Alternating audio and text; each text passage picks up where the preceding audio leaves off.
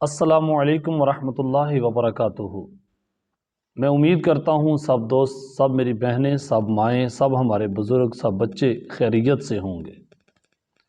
دین اسلام قبول کرنے کے بعد سب سے خوشی والی بات یہ ہے کہ اسلام جنت کا راستہ ہے، اسلام امن کا راستہ ہے۔ اس میں خطرناک ترین کام یہ ہے، جو کوئی ظلم کرے گا تو دین اسلام اس شخص کو برداشت نہیں کرتا جب تک کہ وہ ظلم سے پکی توبہ نہ کر لے۔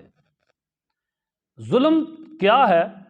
ظلم اسے کہتے ہیں کسی کے ساتھ زیادتی کی جائے، کسی کو تکلیف دی جائے، تمہارے کسی عمل سے دوسرے کو تکلیف ہو، یہ اس کے ساتھ زیادتی ہے، یہ اس کے ساتھ ظلم ہے۔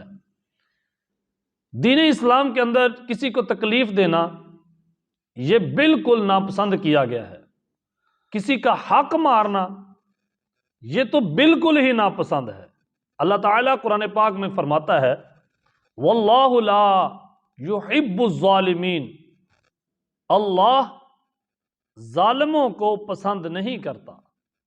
اس کا مطلب یہ ہوا کہ اگر کوئی ظلم کرنے والا نماز پڑھتا ہو، روزے رکھتا ہو، حج بھی کرنے جا رہا ہو یا کر کے آ رہا ہو، اور اس نے کسی کا حق کھایا ہے، کسی کی زمین غصب کی ہے، یا کسی کو اذیت دیتا ہے، کسی کو ناحق قید میں رکھا ہوا ہے، کسی پر ناحق کیس کیا ہوا ہے، یا کسی سے ادھار لے کر اس کو واپس نہیں کیے جا رہے، اس کو مزید اذیتیں دی جا رہی ہیں، یا کوئی شخص کسی کو پیسے دے کر اس کا سود مانگ رہا ہے، یہ سب ظلم ہے، یہ سب زیادتیاں ہیں۔ گھر کے اندر اگر کوئی شخص اپنی صرف بیوی کا حق دے رہا ہے اور اس کے بعد اپنے والدین کو نظر انداز کر رہا ہے، اپنے بہن بھائیوں کو نظر انداز کر رہا ہے، اپنے ہمسایوں کو نظر انداز کر رہا ہے، یہ بھی سب ظلم ہے۔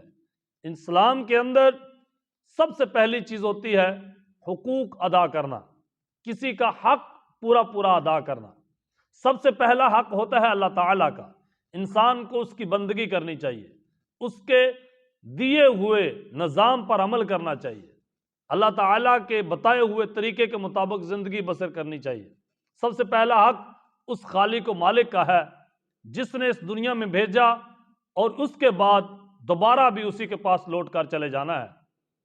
اس لیے اے میرے دوستو، میری بہنوں، میرے بھائیوں، اللہ تعالیٰ نے قرآن پاک کے اندر یہاں تک ارشاد فرمایا والذین آمنوا ولم یلبسوا ایمانہم بظلم فاولئک لہم الامن وہم مہتدون، وہ لوگ جو ایمان لائے اور پھر اپنے ایمان میں ظلم کو شامل نہیں کیا، یہ لوگ ہیں امن والے، اور یہی لوگ ہیں ہدایت والے۔ یعنی اگر کسی شخص نے ظلم کو اپنے ایمان میں شامل نہیں کیا، ایمان لانے کے بعد پھر کسی کے ساتھ زیادتی نہیں کی، جبر نہیں کیا، ظلم نہیں کیا۔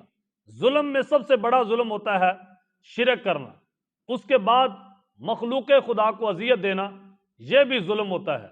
یہ دو ظلم اللہ تعالیٰ کبھی معاف نہیں کرتا۔ ایک ظلم جو اللہ کے ساتھ کسی کو شریک کیا جائے، دوسرا ظلم جو کسی کو اذیت دی جائے، کسی کا حق مارا جائے، یہ بھی اللہ تعالیٰ معاف نہیں کرتا۔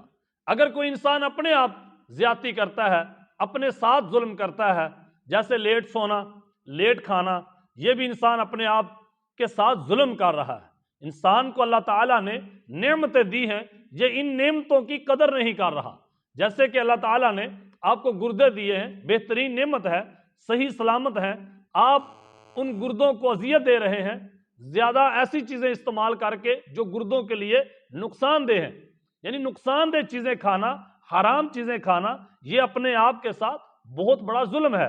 لیکن جب انسان اللہ کی بارگاہ میں پکی توبہ کرے گا، رو کر گڑ گڑا کر اللہ کی بارگاہ میں توبہ کرے گا، اللہ تعالیٰ یہ ظلم، یہ گناہ معاف کر دے گا۔ لیکن کسی کے ساتھ جو ظلم کیا ہے وہ اللہ تک معاف کرے گا جب تک وہ معاف نہ کر دے، ولا تلبسوا الحق بالباطل وتکتموا الحق وانتم تعلمون، اے لوگو تم نہ حق کو حق کا لباس پہنا کر تم لوگوں کے سامنے یوں ظاہر نہ کرتے پھرو۔ یہاں تک کہ اللہ تعالیٰ نے ارشاد فرمایا جو لوگ ظلم کرتے ہیں اللہ تعالیٰ ان کو کبھی راہ ہدایت نہیں دیتا، واللہ لا یہدی القوم الظالمین، ظلم کرنے والوں کو اللہ کبھی ہدایت ہی نہیں دیتا۔ راہ ہدایت یعنی ہدایت تو کیا، اللہ ہدایت کی راہ بھی نہیں دکھاتا جو لوگ ظلم کرنے والے ہوتے ہیں۔ نبی کریم صلی اللہ علیہ وآلہ وسلم ایک جنازہ پڑھانے کے لیے تشریف لے کے گئے تو چند دن پہلے ایک اور جنازہ نبی علیہ السلام نے ایسے شخص کا پڑھایا تھا جو شخص بڑا نیکوکار تھا، بڑا پرہیزگار تھا، آپ یوں کہہ دیجئے کہ وہ نبی کریم صلی اللہ علیہ وسلم کا صحابی بھی ہو سکتا ہے، کیونکہ حضور علیہ السلام نے خود اس کا جنازہ پڑھایا تھا۔ نبی علیہ السلام نے اس جنازہ کو پڑھانے سے پہلے پچھلے جنازے والے میت کے بارے میں پوچھا۔ نبی علیہ السلام نے فرمایا وہ فلاں شخص جو فوت ہوا تھا اس کے خاندان کے لوگ یہاں موجود ہیں؟ پھر پوچھا 3 مرتبہ پوچھا تو تیسری مرتبہ ایک شخص کھڑا ہوا۔ نبی علیہ السلام نے فرمایا پہلے 2 مرتبہ کس چیز نے تمہیں روکے رکھا کہ تم میری آواز پر کھڑے نہیں ہوئے؟ حالانکہ میں جب بھی بولتا ہوں، جب بھی کسی کو بلاتا ہوں تو بھلائی کے لیے ہی بلاتا ہوں، جب بھی بولتا ہوں کسی کا بھلا کرنے کے لیے ہی بولتا ہوں۔ وہ شخص خاموش رہا۔ نبی پاک صلی اللہ علیہ وسلم نے فرمایا تو فلاں قبیلے سے ہے؟ جی میں فلاں قبیلے سے ہوں۔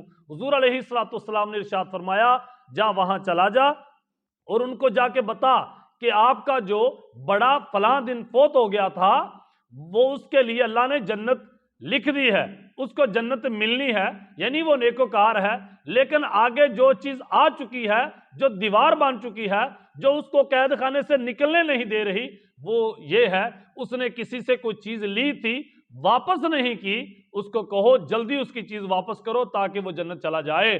جب تک وہ چیز نہ واپس کی گئی اس وقت تک وہ بندہ جنت میں نہیں جا سکتا، یعنی قید خانے سے نہیں نکل پائے گا۔ اسی لیے نبی کریم صلی اللہ علیہ وسلم نے اتنے لوگوں کا جنازہ پڑھانے سے اس لیے انکار کیا تھا کہ ان لوگوں کے سر پہ قرضہ ہے۔ ایک شخص کے سر پر صرف 2 درہم قرضہ تھا۔ نبی پاک صلی اللہ علیہ وسلم نے فرمایا جب تک اس کا قرضہ نہیں اتارا جائے گا اس وقت تک میں اس کا جنازہ نہیں پڑھاؤں گا، حالانکہ وہ رحمت للعالمین صلی اللہ علیہ وسلم ہیں، لوگوں کے خطیب نقیب، کوئی بڑے بڑے اگر فقہاء علماء اگر کہہ دیں کہ یہ شخص بخشا ہوا ہے، نہ کسی کے کہنے کی کوئی ضرورت نہیں، نہ کسی کی ایسی بات پر بندے کو اتنا مطمئن ہونے کی ضرورت ہے، کیونکہ ہمارے لیے اللہ کے رسول کا فرمان سب سے اول درجہ رکھتا ہے، سب سے پہلا درجہ، سب سے مضبوط درجہ اللہ اور اللہ کے رسول کے حکم اور ان کے فرمان کا ہے۔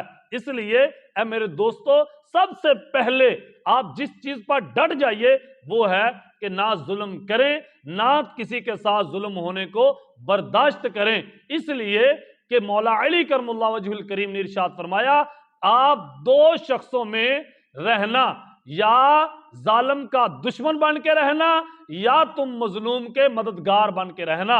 حضرت سیدنا ابو بکر صدیق رضی اللہ تعالی عنہ آپ کا کیا خوب ارشاد ہے، آپ نے فرمایا اے لوگو ہمارے لیے ظالم ایک کاکھ سے زیادہ وزن نہیں رکھتا اور مظلوم ہمارے لیے سردار ہے، تب تک جب تک ہم مظلوم کو اس کا حق واپس نہیں دلوا دیتے، اس وقت تک ہم مظلوم کے قرضدار ہیں، مقروض ہیں، ہم اس کے مقروض ہیں، یعنی اس کو قرض لٹانا ہے، اس لیے ہم اب تک اس کا ساتھ دیتے رہیں گے جب تک اس مظلوم کو اس بدلہ نہ آئے، اس کو وہ مل نہ آئے جو اس کے ساتھ ظلم ہو رہا ہے، وہ جو چیز چھینی گئی ہے واپس دلوا دیں گے، دیں گے۔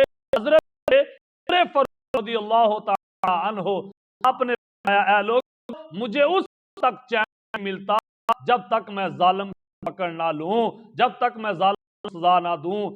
یہ دوستو نبی کریم صلی اللہ علیہ وسلم نے بھی فرمایا قیامت کے دن ظالم پر اس قدر سختی ہوگی، ظالم جتنا ظلم کرتا تھا اس سے بھی بڑا اس کو دردناک عذاب دیا جائے گا کہ اس کو پتا چلے کہ ظلم کیا چیز ہوتی ہے۔ اے میرے دوستو، اگر آپ نماز پڑھتے ہیں یا ابھی نہیں پڑھتے، آپ نے روزے رکھے ہیں یا نہیں رکھے، وہ تو اللہ اور اللہ کے بندے کا معاملہ ہے، لیکن یاد رکھنا اگر آپ نے کسی کا حق مارا ہے، آپ کسی کی بہو کو تنگ کرتے ہیں، آپ کسی کو اذیت دیتے ہیں، آپ کسی کو پریشان کرتے ہیں، تو پھر اے میرے بھائی، پھر آپ قرآن کو کس نظر سے دیکھتے ہیں؟ کیا قرآن ایک پکی کتاب نہیں، لا ریب کتاب نہیں، جو قانون سکھا رہی ہے، بتا رہی ہے، جو وہ کہہ رہی ہے کہ قیامت کے دن فلاں فلاں شخص کو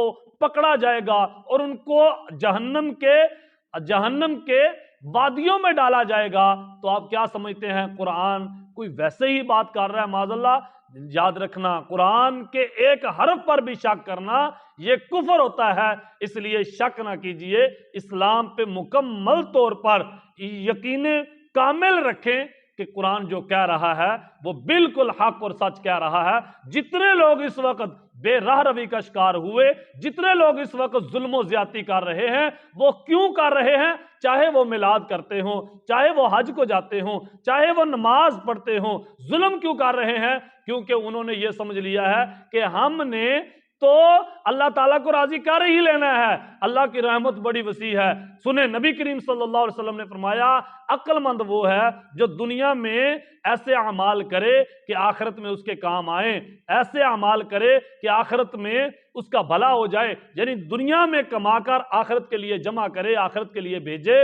یہ عقل مند انسان ہے، اور بے وقوف وہ ہے جو اللہ کی نافرمانیاں کرے اور کہے کہ اللہ کی رحمت مجھے معاف کر دے گی، پھر اللہ کی رحمت پہ امید رکھے، حالانکہ اللہ کی نافرمانیاں کرے۔ یہ سب سے بڑا بے وقوف ہے، حالانکہ اللہ کی فرما برداری ہی تو اللہ کی رحمت ہے، یہی تو اللہ کا انعام ہے۔ اس لیے اے میرے دوستو، اے میرے بزرگوں، میری ماؤں بہنوں، آپ اپنے حلقے میں، اپنے گھر میں، دفتر میں، جہاں کہیں بھی ہیں، آپ دوسروں کے حقوق پورے پورے ادا کیجئے۔